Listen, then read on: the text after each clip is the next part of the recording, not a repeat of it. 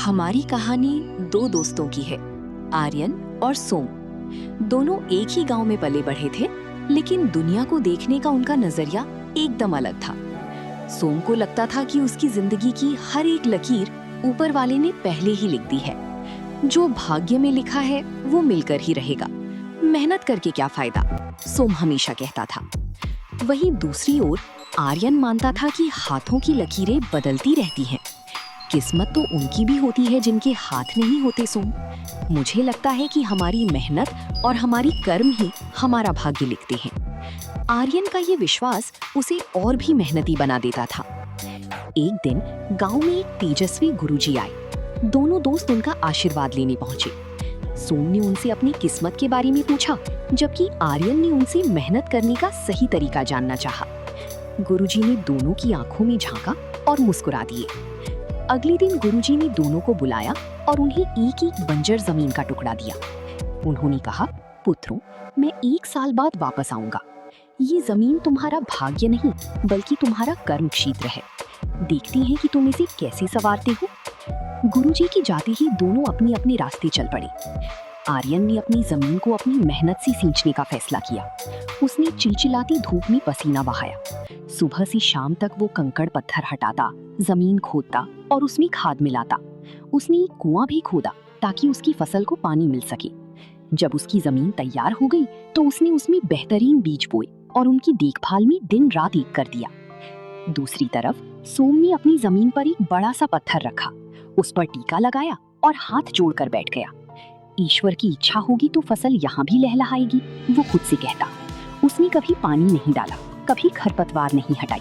वो बस एक चमत्कार का इंतजार करता रहा, ये मानते हुए कि उसका भाग्य ही उसे फल देगा। कुछ महीने बीत गए और एक दिन अचानक मौसम ने करवट ली। काले बादल छा गए और तेज आंधी तूफान के साथ भारी बारिश शुरू हो गई। आर्यन घबराया नहीं। उसने अपनी मेहनत से बनाई हुई मेड़ को और मजबूत किया ताकि पानी उसकी फसल को बहा कर न ले जाए। वो भीगते हुए भी अपनी फसल की रक्षा करता रहा। लेकिन सोम की जमीन बेसहारा थी। उसके पास न तो मेड़ थी और न ही फसल को बचाने का कोई इंतजाम। तेज पानी ने उसकी जमीन की सारी उपजाऊ मिट्टी बहा दी, जिससे उसकी जमीन और भी बंजर हो गई। सोम अपनी झोपड़ी में सोया रहा, ये सोचकर कि जो भाग्य में होगा वही होगा। जब तूफान थमा और कुछ और महीने बीते तो परिणाम सबके सामने था। आर्यन के खेत में सुनहरी फसल लहलहा रही थी। उसकी मेहनत रंग लाई थी। उसके पास अब अनाज का इतना बड़ा भंडार था कि वो अपनी और अपने परिवार की हर जरूरत पूरी कर सकता था। उसकी आंखों में एक अजीब सी चमक थी, आत्मविश्वास और संतुष्टि की चमक। सोम की जमीन वैसी ही सूखी और बंजर थी जैसी 1 साल पहले थी। बस कुछ झाड़ियां और खरपतवार उगाए थे। उसके पास केवल पछतावा और खाली हाथ थे। काश मैंने भी कुछ किया होता, सोम ने उदास होकर सोचा। तभी गुरुजी वापस आए।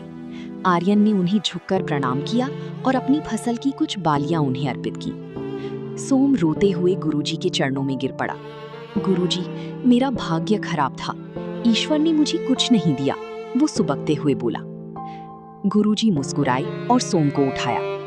पुत्र, ईश्वर ने तुम्हें एक बीज भाग्य दिया था, लेकिन कर्म वो जल है जिससे वो बीज फलता फूलता है। आर्यन ने अपनी कर्म के जल से अपने भाग्य के बीज को एक विशाल पेड़ बना दिया, जबकि तुमने उसे सूखने दिया। ईश्वर हमें नियंत्रित नहीं करते, बल्कि वे हमें अवसर देते हैं।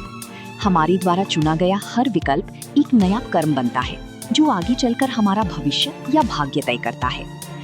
सोम को अपनी गलती का एहसास हुआ। उसने गुरुजी से वादा किया कि वो अब कभी भाग्य के भरोसे नहीं बैठेगा और अपनी मेहनत से अपना भाग्य